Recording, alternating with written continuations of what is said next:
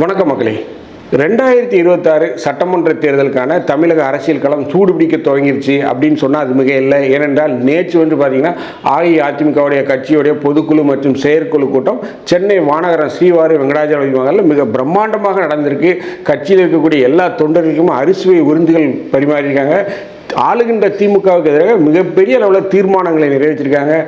இன்னொரு பக்கம் பார்த்தீங்கன்னா தமிழக வெற்றி கழகத்துடைய தலைவர் விஜயோடைய பிரச்சார பொதுக்கூட்டங்கள் அதை சீர்படுத்தக்கூடிய வேலையில் செங்கோட்டையன் பிஸியாக இருக்கார். வரக்கூடிய 18ஆம் தேதி ஈரோட்டில் விஜயோடைய பிரச்சாரம் நடக்கும் போது, இன்னொரு பக்கம் பார்த்தீங்கன்னா திமுகவுடைய தலைவர் MK ஸ்டாலின் உடன்பிறப்பே வா அப்படிங்கிற ஒரு நிகழ்ச்சியின் மூலமாக ஒவ்வொரு தொகுதியில் இருக்கக்கூடிய முக்கிய பிரமுகர்களையும் பூத் ஏஜென்ட்களையும் அழைத்து நேருக்கு நேர், அதாவது இந்த 1-to-1 சொல்லுவாங்க இல்லையா, இந்த 1-to-1 அப்படிங்கிற ஒரு முறை மூலமாக ஒவ்வொருவரையும் சந்தித்து அவங்களுடைய குறைகளை கேட்டறிந்து கொள்கிறார்.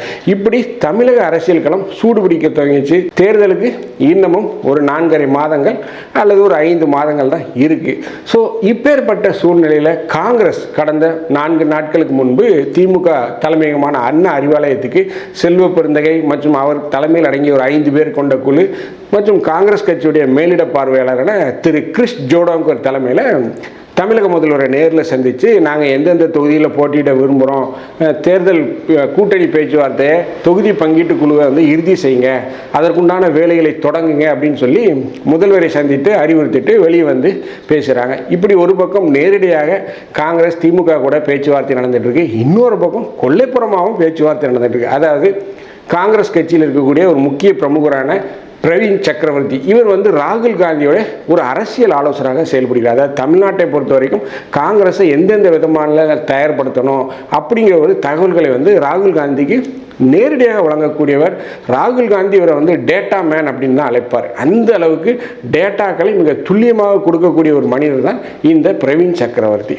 இவர் என்ன பண்ணியிருக்காருன்னு பார்த்தீங்கன்னா, கடந்த 2 நாட்களுக்கு முன்பு தாவேகா தலைவர் நடிகர் விஜயை அவருடைய பட்டினப்பாக்கம் இல்லத்தில் சந்தித்து கிட்டத்தட்ட 2 மணி நேரம் பேசியிருக்காங்க.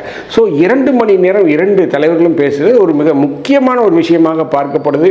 ஸோ இந்த மீட்டிங்கில், இந்த சந்திப்பில் கிட்டத்தட்ட 120 தொகுதிகள் அடங்கிய பட்டியலை விஜய்கிட்ட கொடுத்துருக்கார். ஸோ இந்த 120 தொகுதிகளில் நாங்கள் 60 தொகுதிகளில் போட்டியிட விரும்புகிறோம் அப்படிங்கிறத அவர் பதிவு பண்ணியிருக்கார். ஸோ இதையெல்லாம் ரொம்ப அமைதியாக கேட்டுக்கொண்ட விஜய், நான் பரிசீலித்து சொல்கிறேன், டிஸ்கஸ் பண்ணிவிட்டு சொல்கிறேன் அப்படின்னு சொல்லி அனுப்பிச்சி வைத்திருக்கார்.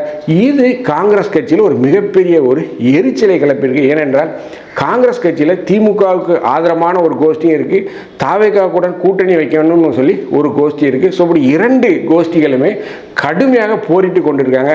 ஸோ தமிழக அரசியலில் என்ன நடக்குது, காங்கிரஸ் கொல்லைப்புறமாகவும் பேச்சுவார்த்தை நடத்துது, இன்னொரு பக்கம் நேரடியாகவும் பேச்சுவார்த்தை நடக்குது. ஸோ காங்கிரஸ் திமுக கூட்டணியில் இருக்குமா இல்லை தாவேகா கூட்டணியில் போகுமா, இதை பற்றி தான் நம்ம இந்த நிகழ்ச்சியில் பார்க்க போகிறோம். நான் உங்கள் ஜோசப். வாங்க நம்ம இப்போ நிகழ்ச்சிக்குள்ளே போகலாம்.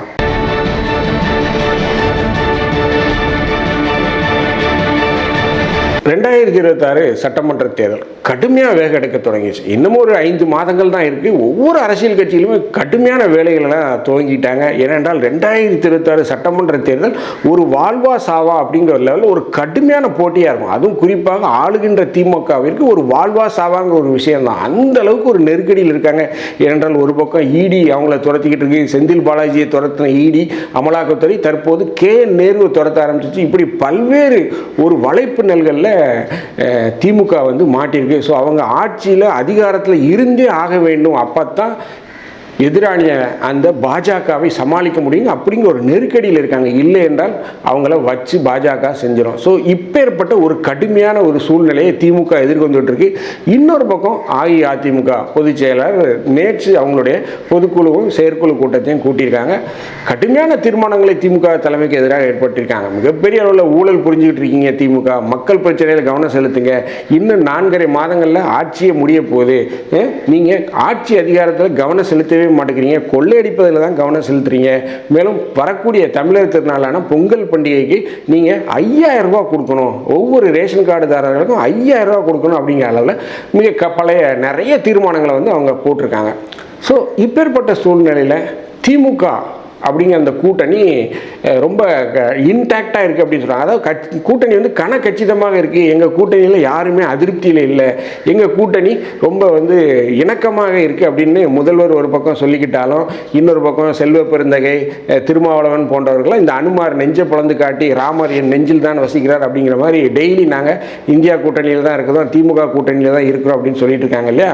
ஸோ இதற்கெல்லாம் வேட்டு வைக்கிற மாதிரி காங்கிரஸ் கட்சியில் இருக்கக்கூடிய ஒரு முக்கிய பிரமுகர் அவர் வந்து பார்த்தீங்கன்னா திரு பிரவீன் சக்கரவர்த்தின்னு சொல்கிறார். இவர் கொஞ்சம் சினிமா துறையுடன் தொடர்புடையவர். இவர் வந்து பார்த்தீங்கன்னா ராகுல் காந்தி கூட ஒரு மிக நெருக்கத்தில் இருக்கக்கூடிய மனிதர்.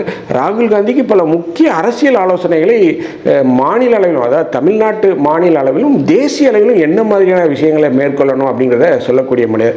அதாவது ஒவ்வொரு தேர்தல்கள் முடிந்தவரும், அது வந்து மாநில தேர்தலாக இருக்கட்டும், இடைத்தேர்தலாக இருக்கட்டும், ஊரக உள்ளாட்சி தேர்தலாக இருக்கட்டும், அந்த டேட்டாக்களை எல்லாம் எடுத்து எந்தெந்த இடத்துல நம்ம தோல்வி அடைஞ்சிருக்கோம், நம்முடைய தோல்விக்கு என்ன காரணம், எந்தெந்த இடங்களில் நம்ம கவனம் செலுத்தணும் அப்படிங்கிற இந்த டேட்டாக்களை எல்லாம் ஆராய்ந்து ராகுலுக்கு சொல்லக்கூடியவர் தான் இந்த பிரவீன் சக்கரவர்த்தி.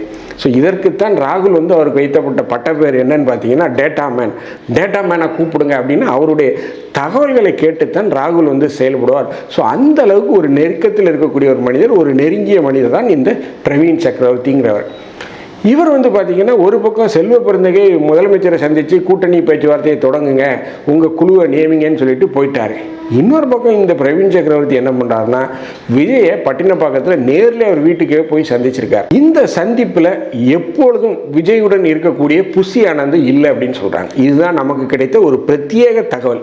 எப்பொழுதுமே விஜய் இந்த அரசியல் பேச்சுக்கள், ஏதாவது யாராவது வந்து கட்சியில் இணைய வர்றாங்க, ஒரு முக்கிய புள்ளிகள் வர்றாங்க, ஒரு சில மாநாடுகள், இதெல்லாம் பேசும்போது இந்த தடவை விஜய் கூட புஷி ஆனந்த் இல்லை. இதுதான் உண்மையான விஷயம். இதை நாம் நன்கு விசாரித்து விட்டு தான் இந்த தகவல்களை சொல்கிறோம். ஸோ விஜயும் பிரவீன் சக்கரவர்த்தி 1-to-1 நேருக்கு நேர் எதிராக அமர்ந்து விஷயங்களை பேசியிருக்காங்க. கிட்டத்தட்ட 2 மணி நேரம் வந்து பேசியிருக்கதா சொல்கிறாங்க.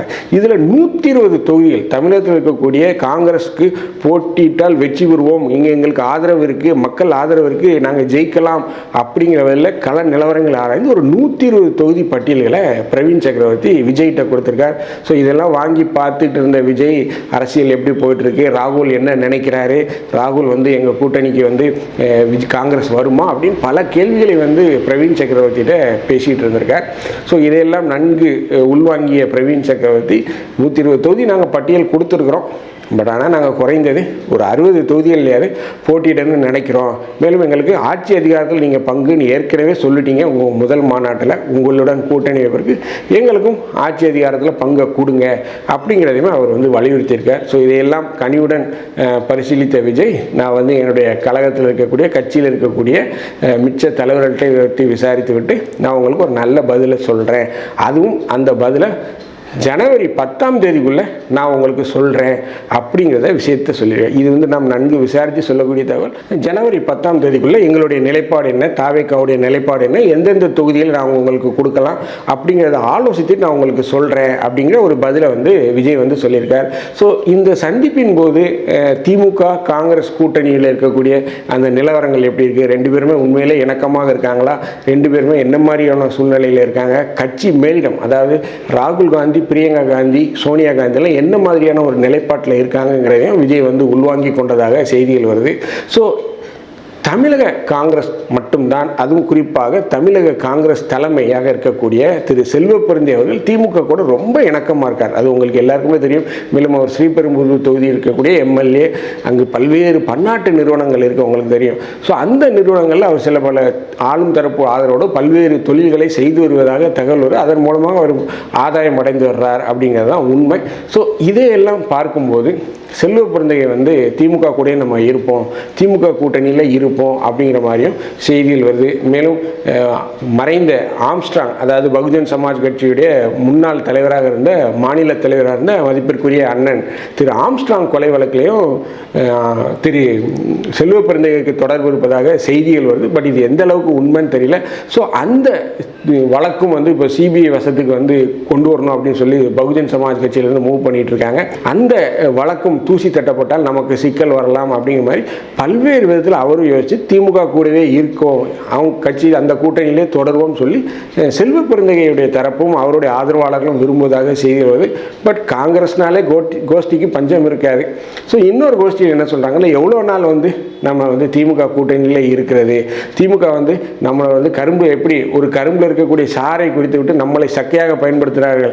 அவங்க தான் அமைச்சரவையில் இருக்காங்க, நமக்கு ஒரு அமைச்சரவையில் ஒரு மந்திரி பதவி கூட தரமாட்டுக்கிறாங்க.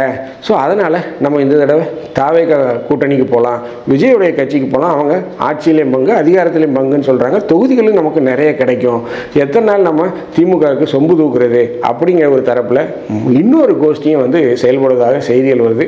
ஸோ காங்கிரஸ் மேலிடம் தான் காங்கிரஸை பொறுத்த வரைக்கும் முடிவெடுக்கக்கூடிய ஒரு கட்சி. செல்வ பெருந்தையால் எந்த ஒரு முடிவுமே எடுக்க முடியாது. ஸோ அகில இந்திய தலைமையாக இருக்கக்கூடிய சோனியா காந்தி, ராகுல் காந்தி, மல்லிகார்ஜுன கார்கேலாம் பார்த்திங்கன்னா இன்னமும் முடிவெடுக்கவில்லை. மல்லிகார்ஜுன கார்கேக்கும் திரு செல்வ பெருந்தை அவர்களுக்கும் ஒரு நெருங்கிய தொடர்பு இருக்குது. ஏன்னா 2 பேருமே இந்த தலித் சமூகத்தை சேர்ந்தவர்கள். ஸோ ஒரு நெருங்கிய தொடர்பு இருக்குது.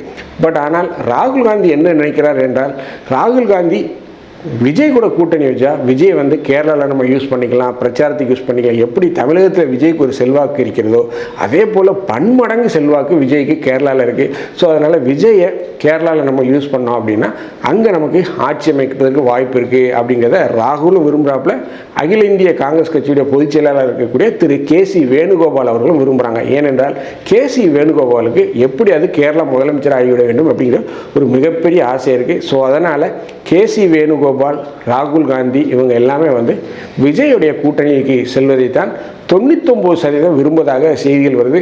ஸோ வரக்கூடிய நாட்களில் இது இன்னமும் இறுதி செய்யப்பட்டு ஒரு முடிவு எடுக்கப்படும். அரசியலை பொறுத்த வரைக்கும் நீ எதை அடிப்படையில் இதை பேசுகிற, உண்மையில் உனக்கு இது எல்லாமே தெரியுமா அப்படின்னு பார்த்தீங்கன்னா, அரசியலில் நம்ம செவி வழி செய்திகளெல்லாம் சேகரித்து சொல்ல முடியும். எதற்குமே 100 ரூபா பத்திரத்திலையோ இல்லை 500 ரூபா பத்திரத்திலையோ எழுதி கொடுக்க முடியாது. நாம் எல்லாம் களத்தில் தீர விசாரித்து தான் இந்த தகவல்களை உங்களுக்கு தருகிறோம். இந்த வீடியோ உங்களுக்கு பிடிச்சிருந்தால் தயவுசெய்து லைக் பண்ணுங்கள், ஷேர் பண்ணுங்கள், சப்ஸ்கிரைப் பண்ணுங்கள். மறக்காமல் உங்கள் கருத்துக்களை கமெண்ட் செக்ஷனில் சொல்லுங்கள். நன்றி, வணக்கம்.